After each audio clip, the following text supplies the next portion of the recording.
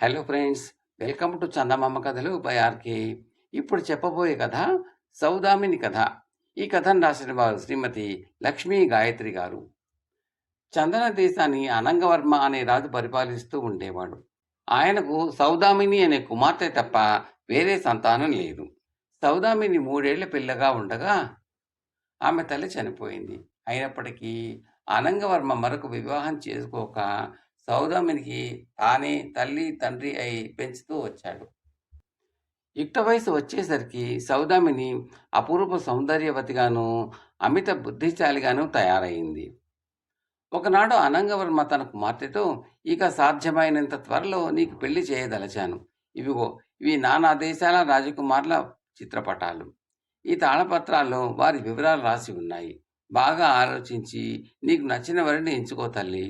అతడు నీకు భర్తే కాక ఈ చంద్ర దేశానికి భవిష్యత్తులో కాబోయే రాజు కూడా అన్న విషయం నీకు తెలిసిందే కదా అని కొన్ని చిత్రపటాలను, తాళపత్రాలను సౌదామినికి ఇచ్చాడు.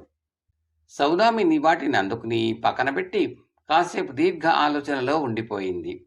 ఆ తర్వాత నాన్నగారు, నాకు కాబోయే భర్త తాలూకు అందచందాలను, శౌర్య పరాక్రమాలను నేను వితర్కించవలసిన అవసరం లేదు. అవి మీరే చూడగలరు. అయితే నా కాబోయే భర్త సౌశీల్యాన్ని మాత్రం నేను నాకు తోచిన విధంగా పరీక్షించదలుచుకున్నాను. ఆ పరీక్షలో నెగ్గిన వ్యక్తినే నేను వివాహం ఆడతాను. సౌశీల్యాన్ని మించిన సుగుణము, అందము లేదు అని నా అభిప్రాయం అన్నది. కుమార్తె మాటలకు సంతోషించిన అనంగవర్మ, ఏమిటి నీ పరీక్ష అని అడిగాడు. నేను మీకు ఒక కథ చెప్తాను. నన్ను పెళ్లాడవచ్చిన వ్యక్తికి మీరు ఆ కథ చెప్పండి. అందులో గల సమస్యను పరిష్కరించగల వ్యక్తి విజేత అవుతాడు అని తండ్రికి కథ చెప్పసాగింది. పూర్వం వత్సల దేశాన్ని చక్రసేనుడు అనే రాజు పరిపాలిస్తూ ఉండేవాడు. ఆయన కుమార్తె పేరు కనకప్రభ. ఆమె అపురూప సౌందర్యవతి. ఒకసారి వత్సల మిత్రదేశమైన కౌండిన్య దేశపు రాజు విశ్వంభరుడు వత్సలలో జరుగుతున్న ఉత్సవంలో పాల్గొనడానికి వత్సల దేశానికి వచ్చాడు. ఆ సమయంలో చక్రసేనుడి విశ్రాంతి మందిరంలో ఉన్న చిత్రాలను చూస్తున్న విశ్వంభరుడు ఒక సుందర చిత్రాన్ని చూస్తూ ఉండిపోయాడు. అది గమనించిన చక్రసేనుడు, చిత్రంలోని సుందరి అప్సరకాంతలను కూడా తలదనేలా ఉన్నది. అవునా? నాకు కూడా ఆ చిత్రం అంటే చాలా ఇష్టం అన్నాడు. ఆ మాటలకు విశ్వంభరుడు చిరునవ్వు నవ్వి, నేను చూస్తున్నది చిత్రంలోని సుందరి అపురూప సౌందర్యాన్ని కాదు. ఎందుకనో నాకు ఈ చిత్రం ఎడంచేత్తో గీసిందిగా అనిపిస్తున్నది అన్నాడు. మిత్రుడు అన్నదానికి చిత్రసేనుడు ఆశ్చర్యపడి, లేదు లేదు, ఈ చిత్రాన్ని చిత్రించిన మాధురుడు అనే చిత్రకారుడు కుడి చేత్తో గీస్తూ ఉండగా నేను స్వయంగా చూశాను. నువ్వు పొరపడుతున్నావు అన్నాడు. నీ ఎదుట అతను కుడి చేత్తో గీసి ఉండవచ్చు, కానీ నిజానికి ఈ చిత్రం ఎడం చేత్తో గీసిందేనని నేను ఖచ్చితంగా చెప్పగలను అన్నాడు విశ్వంభరుడు. చిత్రసేనుడు కాస్త పౌరుషపడి, సరే, ఇప్పుడే మాధురిని పిలిపించి నిజం చెప్పిస్తాను. నేను ఓడిపోతే నా కుమార్తె కనకప్రభను నీ కుమారుడికిచ్చి పెళ్లి చేస్తాను అన్నాడు. అందుకు విశ్వంభరుడు తల ఊపి, ఈ షరతు నాకు బాగున్నది.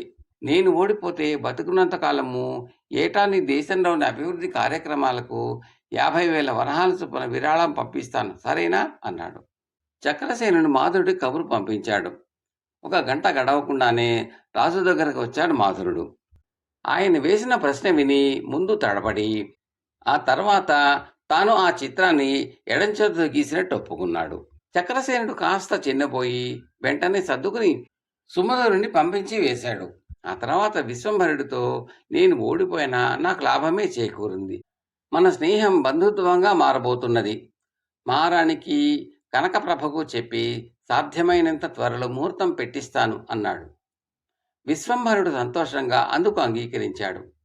ఇది ఇలా ఉండగా ఆ రోజు సాయంత్రం కనకప్రభ తల్లి మహారాణి ఇందుమతీదేవి తమ ఇలవేల్పు అయిన స్వయంప్రభాదేవి ఆలయానికి వెళ్ళి తిరిగి వస్తూ ఉండగా 4 దొంగలు మహారాణి ఉన్న పల్లకి బోయిల మీద పడి అటకాయించారు. అడ్డగించిన బోయిలు ఆ దొంగల చేతిలో చావు దెబ్బలు తిన్నారు. దొంగల ధాటికి ఆగలేక వీధిలోని జనం భయభ్రాంతులై చెల్లాచెదురు అయిపోయారు. దొంగలు 4 మహారాణిని సమీపించబోతూ ఉండగా మెరుపులాగా ఒక యువకుడు వచ్చి వారి మీద పడ్డాడు. అతడి కత్తి దెబ్బలు తట్టుకోలేక దొంగలు పారిపో చూశారు. అయితే రాజభటులు వాళ్లను తరిమి పట్టుకుని సంకెళ్ళు వేసి లాక్కుపోయారు. ఇందుమతీదేవి ఆ యువకుడిని దగ్గరకు పిలిచి, ఎవరు నాయనా నువ్వు అని ప్రశ్నించింది. యువకుడు వినయంగా, నన్ను రాజశేఖరుడు అంటాడు, మహాసేనాని త్రివిక్రమ వర్మ గారి బంధువును అన్నాడు. ఆ జవాబు వింటున్న ఇందుమతీదేవి సంతోషంగా, ఓహో, మహాసేనాని పుత్ర సమానుడిగా చూసుకుంటున్న ఆయన చెల్లెలి కొడుకు నువ్వేనా అని అడిగింది. రాజశేఖరుడు అవునన్నట్టు తల ఊపాడు. నువ్వు కాశీలో విద్యాభ్యాసం చేస్తున్నట్టు విన్నాను, అది ముగిసిందా అని అడిగింది ఇందుమతీదేవి. నెల రోజుల క్రితమే ముగించుకుని వచ్చానమ్మా అన్నాడు రాజశేఖరుడు. సంతోషం నాయన, నన్ను కాపాడిన నీకు ఎంతైనా రుణపడి ఉన్నాను. నీ రుణం తీర్చుకునేటందుకు నేను ఇవ్వగలిగితే నా దగ్గర ఉన్న వెళ్ళలేని సువర్ణాన్ని నీకు ఇస్తాను అని పల్లకీలో వెళ్ళిపోయింది మహారాణి. మహారాణి నిగూఢంగా తనకు కనకప్రభనిచ్చి వివాహం చేస్తానని చెప్పిందని రాజశేఖరుడు అర్థం చేసుకున్నాడు. తల్లిదండ్రులు తన వివాహం గురించి భిన్న అభిప్రాయాలతో ఉన్న ఆ సాయంకాలం సమయంలో యువరాణి కనకప్రభ చిలికెత్తలతో కలిసి ఉద్యానవనంలో విహరిస్తున్నది. చెలికత్తెలు కోరగా ఆమె ఏదో గీతాన్ని ఆలపిస్తూ ఒక పొదరింటి పక్కకు వెళ్ళింది. ఆ సమయంలో ఆకాశ మార్గాన పోతున్న వరుణదత్తుడు అనే గంధర్వుడు అప్సరసలను మించిన ఆమె సౌందర్యాన్ని చూసి ముగ్ధుడై ఆమె ఉన్న చోటుకు దిగి వచ్చాడు. ఏనాడో ఊహించని విధంగా గంధర్వుడు తన ముందు ప్రత్యక్షమవగానే కనకప్రభ విస్మయంతో నిశ్చేష్టురాలైంది. చిలికెత్తలు దూరంగా వెళ్ళిపోయారు. వరుణదత్తుడు కనకప్రభతో, ఆకాశ మార్గాన పోతున్న నన్ను నీ సౌందర్య ప్రభలు నీ దరికి తీసుకువచ్చాయి. నేను వరుణదత్తుడు అనే గంధర్వుడను. నీకు అభ్యంతరం లేకపోతే నిన్ను వివాహం చేసుకుంటాను అన్నాడు. గంధర్వుడి మాటలు విన్న కనకప్రభ ఉక్కిరి బిక్కిరైంది. గంధర్వుడంతటి వాడు తన సౌందర్యానికి మెచ్చి వివాహం చేసుకుంటాను అని అడగడంతో ఆమె ఒక్కసారిగా అంతులేని ఆనందాశ్చర్యాలకు లోనైంది. ఆమె వరుణదత్తుడికి తన అంగీకారం తెలియచేయడానికి సంసిద్ధమవుతున్న తరుణంలో తల్లిదండ్రులు గుర్తుకొచ్చారు. ఆమె వరుణదత్తుడితో, ఏమైనా నేను కన్యను కదా, నా తల్లిదండ్రుల ముఖత రేపు మీకు నా అంగీకారాన్ని తెలియజేస్తాను అన్నది. వరుణదత్తుడు చిరునవ్వుతో సరే అన్నట్టు తల ఊపి మర్నాడు వస్తానని చెప్పి వెళ్ళిపోయాడు. సౌదామిని ఇంతవరకు కథ చెప్పి తండ్రితో, నాన్న, కనకప్రభ కౌండిన్య దేశపు యువరాజుని వివాహమాడాలా, రాజశేఖరుని వివాహమాడాలా, లేక గంధర్వుని వివాహమాడాలా? ఈ అంశం వివాదాల కారణం అవుతున్నది అన్నది స్పష్టమే కదా. తల్లి, తండ్రి, కుమార్తె తలకొకరిని వరుణుగా ఎంచి మనసా నిర్ణయాలు చేసుకున్నారు. అయితే కనకప్రభ ఈ ముగ్గురిలో ఎవరిని వివాహమాడాలి, ఎవరు చేసినది ధర్మబద్ధమైన వాగ్దానం అవుతుంది, ఆ ముగ్గురిలో ఎవరి అభిప్రాయాన్ని మన్నించాలి, ఇదే నా కథలోని సమస్య. నన్ను వివాహమాడవచ్చిన వ్యక్తికి ఈ కథ చెప్పి అతని సమాధానాన్ని నాకు చెప్పమనండి. అది సరైనది అవునా కాదా అన్నది నేను మీకు చెబుతాను అన్నది. రాజు అనంగవర్మ తన ఉత్సుకతను ఆపుకోలేక, నువ్వు చెప్పిన కథలోని కనకప్రభ గంధర్వుని పెళ్లి చేసుకుంటుంది కదా తల్లి అన్నాడు. సౌదామిని చిరునవ్వుతో తల అడ్డంగా ఉప్పింది. మరెవరిది అని అనంగవర్మ ఇంకేదో చెప్పబోయేంతలో సౌదామిని ఆయన్ని భారిస్తూ, సమాధానం మీ కాబోయే అల్లుడు చెబుతాడు. అయితే నాన్న, ముగ్గురు వరులలో ఎవరిదో ఒక పేరు చెబితే చాలదు, వివరణలతో సహా సమాధానం చెప్పాలి నాకు అన్నది. కొన్ని నెలలు గడిచాయి. సౌదామిని కథ విన్నవాళ్ళు ఎవరూ కూడా ఆమెకు తృప్తికరమైన సమాధానం చెప్పలేకపోయారు. ఆమె తండ్రి అనంగవర్మ కుమార్తె వివాహం గురించి బెంగపడసాగాడు. ఇలా ఉండగా అనంగవర్మకు దూరపు బంధువైన జయంత దేశపు రాజు విచిత్రసేనుడు తన కుమారుడైన చంద్రహాసుని ఒక లేఖతో అనంగవర్మ దగ్గరకు పంపించాడు. ఆ లేఖలో ఇలా ఉన్నది: ప్రేమైన అనంగా, 3 తరాల కిందట నా రాజ్యం పొరుగు దేశమైన బల్హాణ దేశంతో యుద్ధం చేసి ఓడిపోయి బల్హాణకు సామంత రాజ్యమైన సంగతి నీకు తెలిసిందే కదా. ప్రస్తుతం బల్హాణ రాజు వికర్ణుడు తన పూర్వుల కంటే కూడా కుత్సిత మనస్కుడు. నన్ను పూర్తిగా సింహాసన భ్రష్టుని చేసి నా రాజ్యాన్ని తన రాజ్యంలో కలుపుకునేటందుకు ప్రయత్నాలు చేస్తున్నాడు. నేను వృద్ధుడిని అయిపోయాను. వీలైనంత త్వరలో చంద్రహాసుడు పట్టం కట్టాలని నా ఆలోచన. వాడు వికర్ణుడి దురాలోచనలకు కుతంత్రాలకు మండిపడుతున్నాడు. సైన్యాన్ని సమీకరించి బల్హాణ మీదికి దంటెత్తాలన్నది వాడి ఆలోచన. అందుకుగాను గిరిజనులను, అడవి జాతుల వాళ్లను కూడా సైన్యంలో చేర్చి మంచి శిక్షణ ఇస్తున్నాడు. చంద్రహాసుడు నాయకత్వాన బల్హాణ దేశం మీదకి దండెత్తడం కోసం నువ్వు సైనిక సహాయం, ధన సహాయం చేయగలవేమోనని ఆశిస్తూ వాణ్ణి నీ దగ్గరకు పంపుతున్నాను అని.